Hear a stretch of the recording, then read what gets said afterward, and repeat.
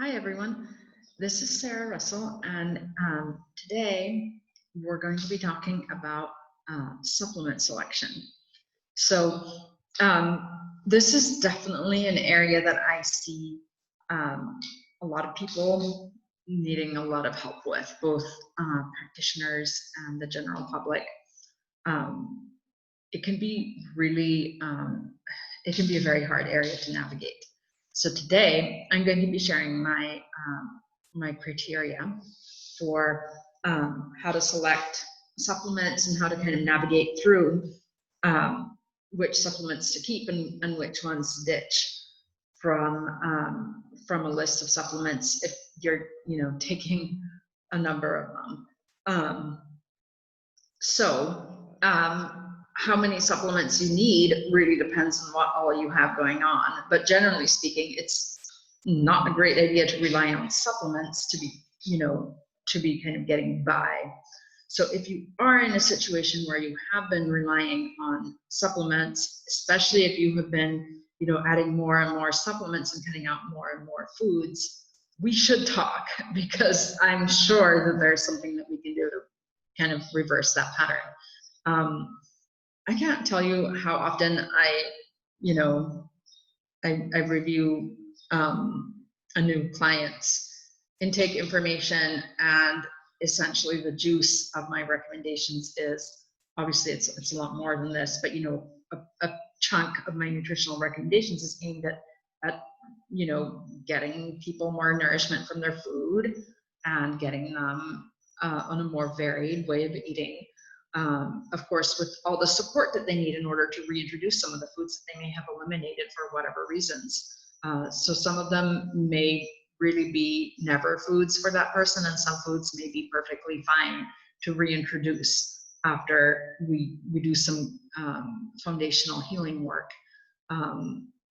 So elimination of foods, for the most part, except in some specific cases, should never be thought of as a forever thing.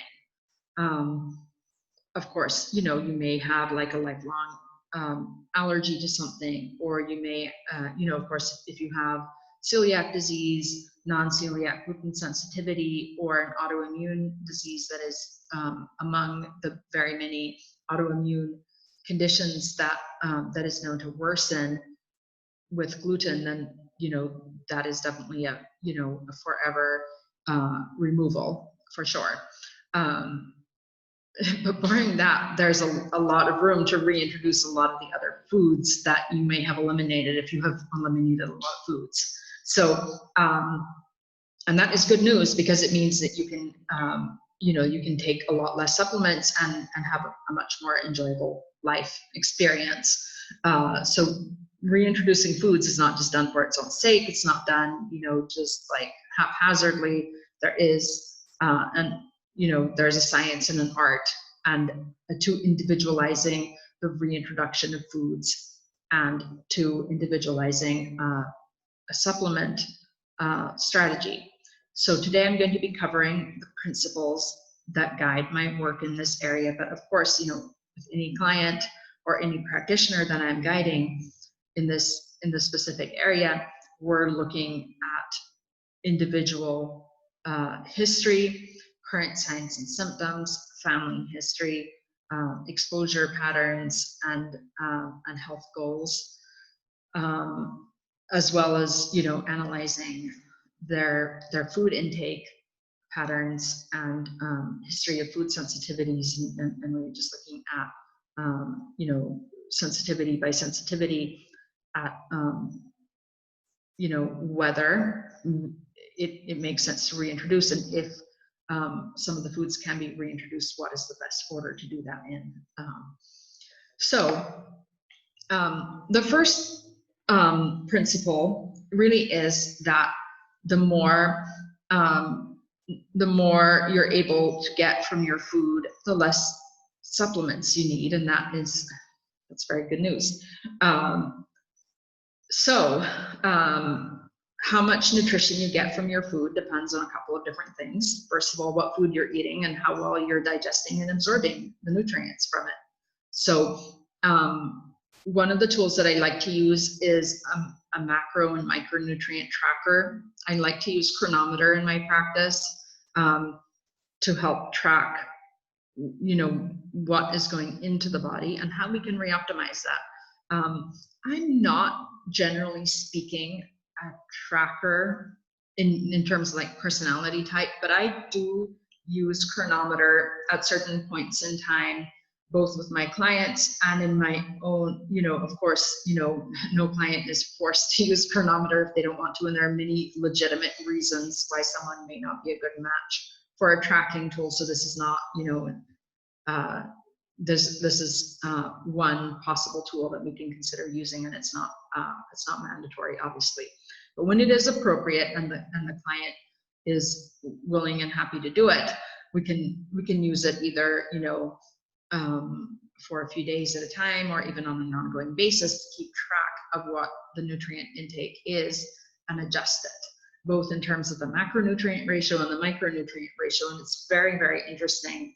You know, even if your nutrition is good and you're well educated in nutrition, it's really, really interesting, just, you know, and sometimes surprising to see what comes up when you do a period of tracking of macro and micronutrients. I'm currently on week 2 or 3 of tracking my food intake after taking a long break from doing that. And it's been really fun, actually. And that, you know, one of the things that that I noticed compared to earlier years when I tracked my nutrient intake is that whereas in the past I was really struggling to get in enough protein, I'm currently actually struggling more with low. I'm taking in a bit less starches than I thought I was taking in. So I'm and actually my omega-6 to omega-3 ratio is a little bit low. So you know, a lot of the time you'll read, you know, omega-6 is bad. It's not bad. You actually want, you know, it contains essential fatty acids, as you know, omega-3 sources also do. So and you want to have those in balance. And I'm actually taking in a bit more omega-3 versus omega-6 in terms of a ratio. So you can definitely skew things in the wrong direction. So that's been really interesting to kind of, you know, try and correct. At the same time, I was taking in a bit less vitamin E than I should have been. So I was able to correct both of those things in one, you know, just by adding more sunflower seeds to my daily diet. That was really easy and actually pretty fun. So and what I mean by fun is, you know, sunflower seeds, you can eat them many different ways. The thing that was most fun for me was developing a new pancake recipe that contains sunflower seeds as one of the ingredients. So one of the easy things to do if you are missing some nutrients is figure out, okay, what foods can we get them from, and what's a fun way that we can introduce them or reintroduce them into the diet. So, you know, pancakes are a great way to do that. You could also, you know, smoothies or other things like that. You know, what was interesting is that my son saw me eating my little brown pancakes, and he was like, "Oh, can I have some?" And he was like, "Oh, these are so delicious." And it's like, "Oh, great, yeah." So I'll make you know, a bigger recipe now. And so instead of adding a vitamin E supplement, and instead of, you know, maybe taking an evening primrose oil supplement for omega-6s, I was like, yeah, you know, let's just have some more sunflower seeds. That is an example of getting the most from your food. So in terms of, you know, making sure that you're absorbing, you want your digestive system to be functioning well. So if you're eating and then having bloating, upper digestive discomfort, gallbladder pain, fatigue, and other symptoms, you may be struggling with digestion or maybe blood sugar regulation after your meals. So we definitely want to make sure that this is addressed so that you're able to take in the nutrition through food, and then also digest it comfortably. and then absorb your nutrients efficiently so that you're actually getting mileage from the good food that you're eating. Currently, you know, when I need a little bit of digestive support, I use digestive bitters. I have also used enzymes at some points in time and have found them helpful, you know, when used appropriately. I have used beet kvass in the past for improved digestion of fats and improved bile flow. It just really depends on what you have going on. So a well-matched to you digestive support can make a huge difference in terms of your absorption of nutrients. So, you know, you may be taking in a really great diet. You may have optimized and tweaked things a little bit. One of the things that I have a really hard time getting in nutritionally is enough iodine. So I am taking 210 micrograms per day, most days, of iodine. I do take in about 7.5 milligrams of zinc per day as well, because that is, you know, one of the minerals that I, you know, that my body sort of needs a bit more than I can get from my nutrition alone. I do not currently, unfortunately, live in an area where I have easy access to oysters, and I just don't manage to get enough zinc from my personal diet as much as I would need for my specific health needs, including, you know, relief of some kind of nagging digestive and immune imbalances. So again, we're not looking at high doses, and some people, you know, the same dose of zinc that I need to be taking in consistently, for some people it would be no problem to get it all from their diet. In my case, at least at this particular point in time, I'm finding it just really helpful to have my zinc and magnesium drops. I'm sorry, I said magnesium, I meant iodine. My zinc and iodine drops that I add to a glass of water, and it's just really easy. There have been times when I have supplemented with magnesium with really great results. Right now, I don't need it anymore, and that's one of the really interesting things about supplements. You know, sometimes you need a certain supplement, and your body will rebalance, and then you can take a break. And you may need something different after a while. I've taken selenium on and off, and chromium on and off. These are kind of recurring themes in my nutrition balancing journey. You know, so just assessing my my needs, my intake, etc. I'm able to adjust in order to figure out how to supplement smartly. And of course, you know, against the backdrop where I'm getting as much nutrition as possible from my food and having that nutrition be balanced to my specific needs. So the supplements are really just supplementing a nutrient-dense diet that is customized to my needs. And this is exactly what I do for my clients as well.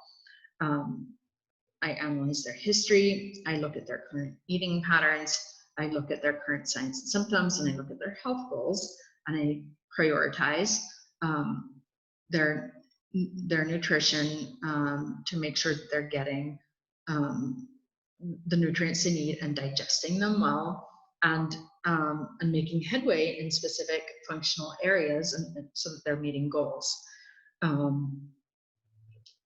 So once we establish the baseline of what is possible for you to get from nutrition, then it is time to figure out if supplements are needed. And you know, I work with complex health cases. That is my main specialty area in my practice. In addition to preconception, pregnancy, and postpartum, I will tell you I do not have a single complex health case or a single preconception, pregnancy, and postpartum client that is not taking at least one supplement. That being said, my clients are not taking like dozens of supplements. A lot of my clients are just taking, you know, 1 to 3 supplements. People who have more complex situations going on may be taking, you know, even 5 to 10 supplements. But I very rarely recommend more than 7 or 8 supplements in a person at a time. Even, you know, when there are a lot of symptoms going on, we can definitely prioritize and figure out kind of lowest common denominators and overlapping factors. There is very rarely a need to be taking a lot of supplements. So 3 criteria, are you ready for them? The lowest number of supplements, the lowest dose for each of the supplements, and the shortest period of time on the supplement. Now, this is all relative. So there have been stages in my life where the lowest number of supplements I needed at that particular point may have been, you know, 7 or 8. Other points in time where I was able to just take 1 supplement. You know, like right now, if you ask me what is, if you could only, you know, keep 1 supplement, what would it be? Definitely quercetin. It's really been incredibly useful to me. I could figure out the iodine and zinc if I really had to, but what would I do without supplemental quercetin? I'm not really sure. So, you know, for somebody else, it may be something else. So there are times in my life when I take, you know, 3 to 5 supplements. Like right now, in a typical day, I'm taking three supplements. So I'm taking the zinc, the iodine, and the quercetin. There are days when I'll, you know, in addition to sometimes taking the digestive bitters that I mentioned earlier, and then some days I'm going to actually take maybe some lion's-mane mushroom or something else. A few months ago when I was really sick, I took a bit more than that. I took extra vitamin C. I was taking some fish oil. I was kind of alternating periods on cod liver oil with periods on fish oil. I took a little bit of vitamin D over the winter months, and you know, a few other things. Not that much other things, but still.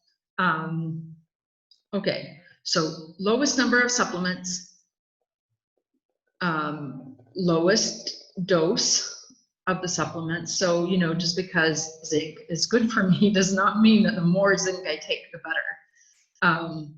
I definitely have noticed that that I do better on low doses of zinc than I do on high doses of zinc. I at one point was taking, I think it was 15 milligrams of zinc twice a day, and that was actually very bad for me at that time. There were times when I was not even able to tolerate like 15 milligrams a day. I can now tolerate that much, but I don't need it. So why would I take 15 milligrams a day just because I can tolerate them, when I could just take 7.5, because that might be all I need. So you're not looking to take the highest amount of a supplement that you can tolerate. You're looking for the lowest amount that will give you good results. So that is often a lot lower than you may imagine. A lot of people really overdo it on iodine. You heard me saying 210 micrograms per day of iodine. That's what I take. Some days I don't even take iodine. If I'm eating enough iodine-rich foods, I'm like, yeah, I don't need it today. I don't get iodized salt. You could. I don't specifically have objections to iodized salt, and I think that for a lot of people, having iodized salt on your table can be a really good insurance against iodine deficiency. If you're taking a multivitamin, which I'm not, I haven't taken a multivitamin in years and years, but that does not mean that, you know, that a multivitamin may not be appropriate to your situation.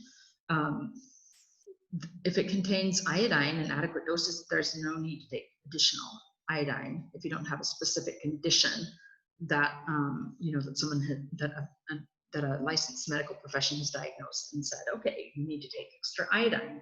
A lot of people are really overdoing it on iodine and are actually, you know, struggling with iodine toxicity symptoms. So I have seen that on more than one occasion.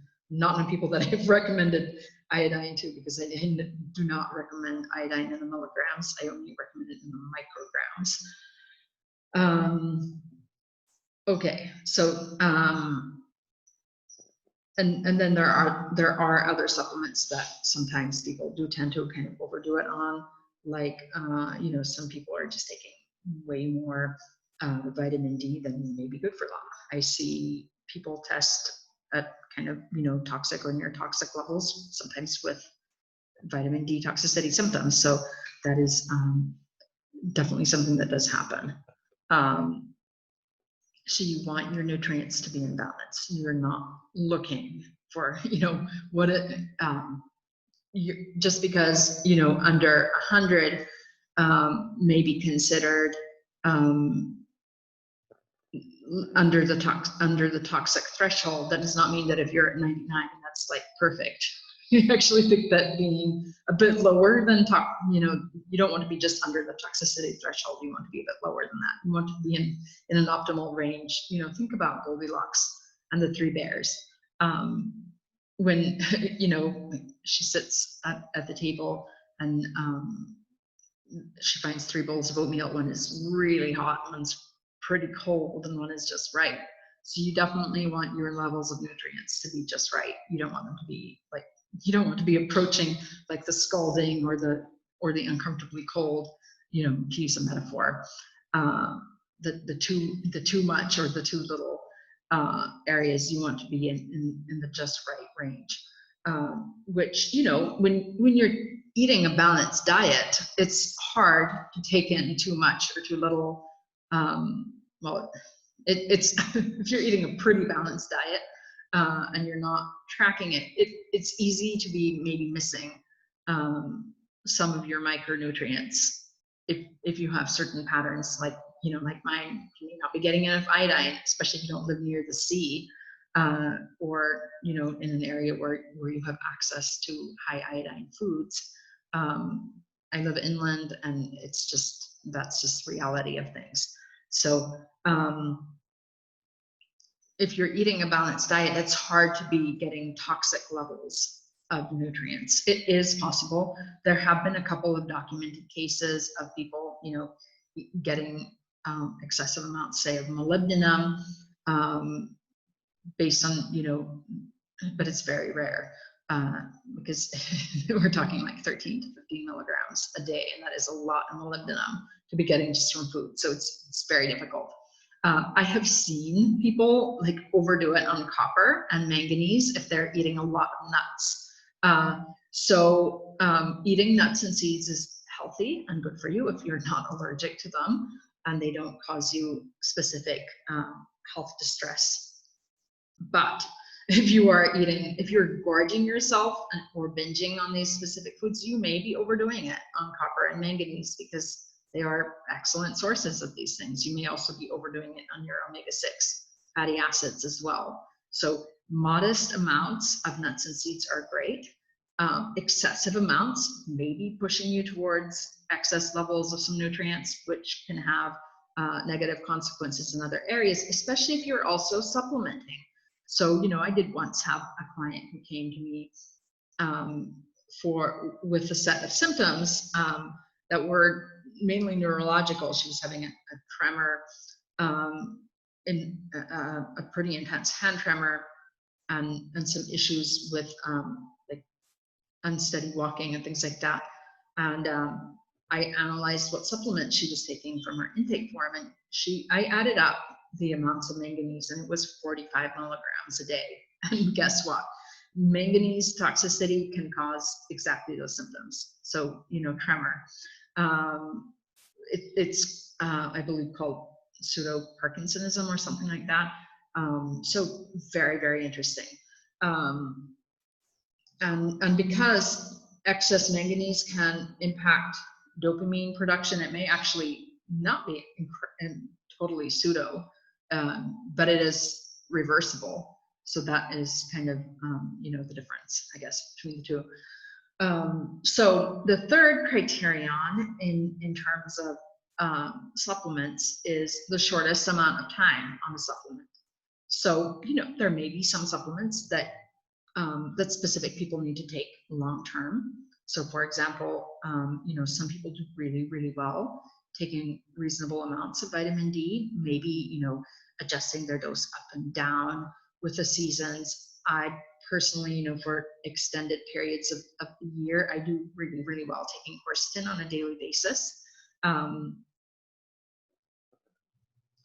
If I tracked like the seasons and I take quercetin, parts of the winter, like if I'm having some kind of inflammatory or, you know, viral symptoms, all of spring, I can guarantee you that I'm going to be taking quercetin in addition to consuming foods that are rich in quercetin, and then some parts of the summer. Usually I take a break in the fall and in the early part of the winter because I don't need quercetin all the time.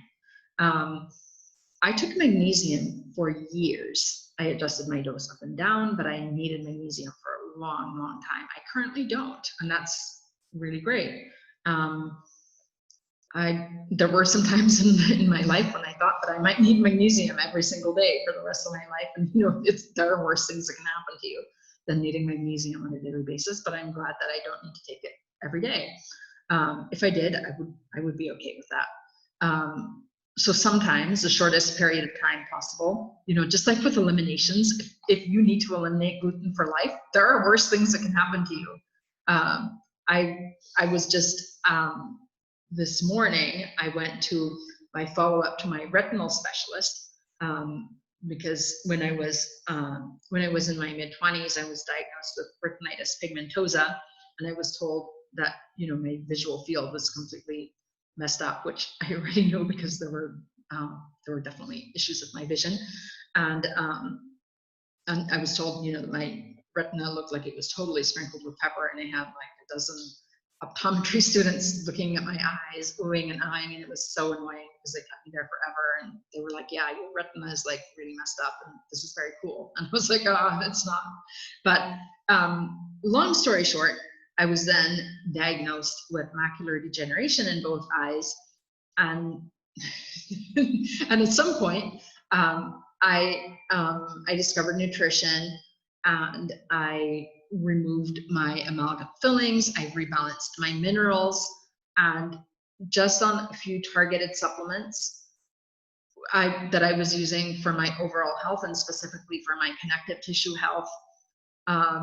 And, you know, just improving digestion, removing gluten, due to some immune imbalances, partly allergic and partly a tendency towards autoimmunity in some areas. I had elevated anti-nuclear antibodies, and, you know, family history of some autoimmune stuff that you don't necessarily want to cross over into having. So I removed gluten and kept it out, and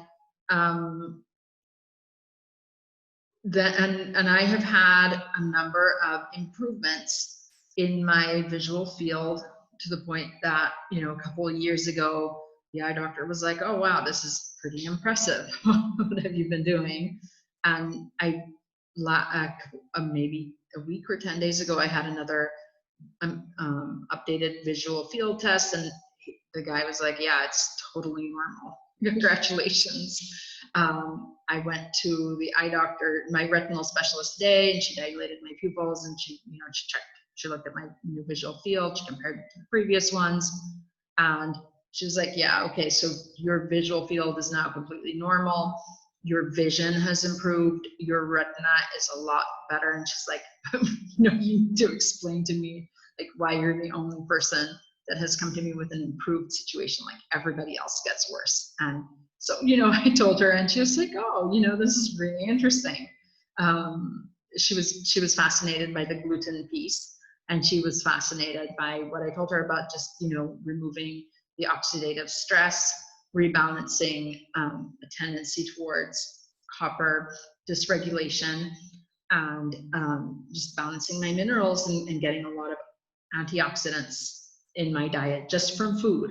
I really don't necessarily supplement with antioxidants, except, you know, a little bit of vitamin C now and then. I am not you can do a lot to help your body with antioxidant balance without heading for the supplements. A lot you can do. So all this to say, I reversed my macular degeneration. So I had macular degeneration in both eyes, completely gone. It's been gone for over it's been gone for at least 2 years. And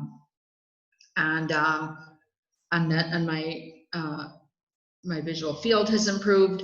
It is the first time in my life that with glasses, I have 20/20 vision. It's been an adjustment, just even being able to adjust from going to seeing poorly most of my life to actually seeing well. It's weird because it's not really kind of what I was trained to expect to happen. I was told in my 20s, look, you just need to prepare yourself because your vision is going to keep getting worse and worse until you get blind. And they were like, yeah, you should never drive. And now I'm like, well, maybe I should get my driver's license because I actually could drive. So it's very cool. I'm really excited. And you know, this is mostly due to food changes. Like I said, I did remove my amalgam fillings, which were a huge source of digestive distress, oxidative stress, and you know, definitely interfering with mineral balance and nutrient status in a number of different areas. So because the macula of the eye and the retina are very nutrient dense tissues, they really require a lot of nutrients and good antioxidant status. And I'm sure that having dysregulated copper and ongoing mercury exposure from my amalgam fillings, that was just not a good combination for me in terms of my eye health. And that is the one thing that made the biggest difference in terms of lifestyle and toxic exposures. And then the other thing that has made the biggest difference is just nutrition, very minimal supplementation. So you can do a lot with individualized nutrition, digestive support. And again, most of my digestive support comes just in the form of bitters and in the form of just wild-crafted herbs or homegrown herbs that support digestion and remove inflammation. So for example, you know, mallow and thyme and oregano and rosemary are really great for digestion. So it doesn't have to be something that comes in a bottle or in capsules. It really can, you know, a lot of your healing should really come from your foods. I personally find that, you know, living in a place where I can gather herbs and grow some of the herbs, it really does feel empowering just handling the plants and being in nature and spending time, you know, in the fresh air and sunshine. I feel like that's part of my healing. But, you know, some herbs I will just buy because, you know, you can't really grow everything or wildcraft everything, at least not in the full amounts that you might need them. And so, you know, again, you supplement with supplements what you can't get from your normal eating, from your normal wildcrafting, from your normal, you know, gardening and all of that. So remember what supplements are. They supplement what you're doing, and they shouldn't replace what you could or should be getting from your daily nutrition.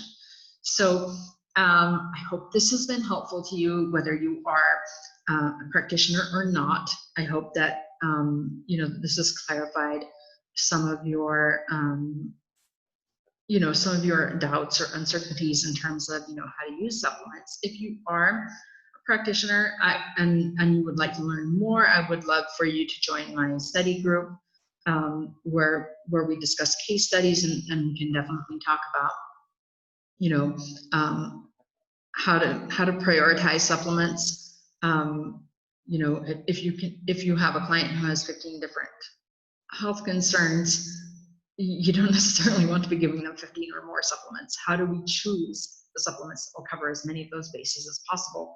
Like I talked earlier about how sunflower seeds solved 3 problems for me in terms of, you know, nutrient intake and nutrient balance. So that was excellent. You want to be looking for those types of food and supplement solutions that will cover several bases for you. And so, you know, if you join my Tools for Your Practice mentoring group, this is something that we'll be talking about for sure.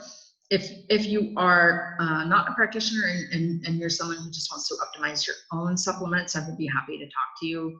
You know, just review your supplements in the context of your history and your current science and symptoms and your health goals, and just kind of get you going in a good direction with a good supplement plan that just keeps the essentials, so that you're not overloading your system and your budget with unnecessary supplements that, you know, that may actually be causing imbalances in addition to being an expense or overloading your digestive system, sometimes even your liver.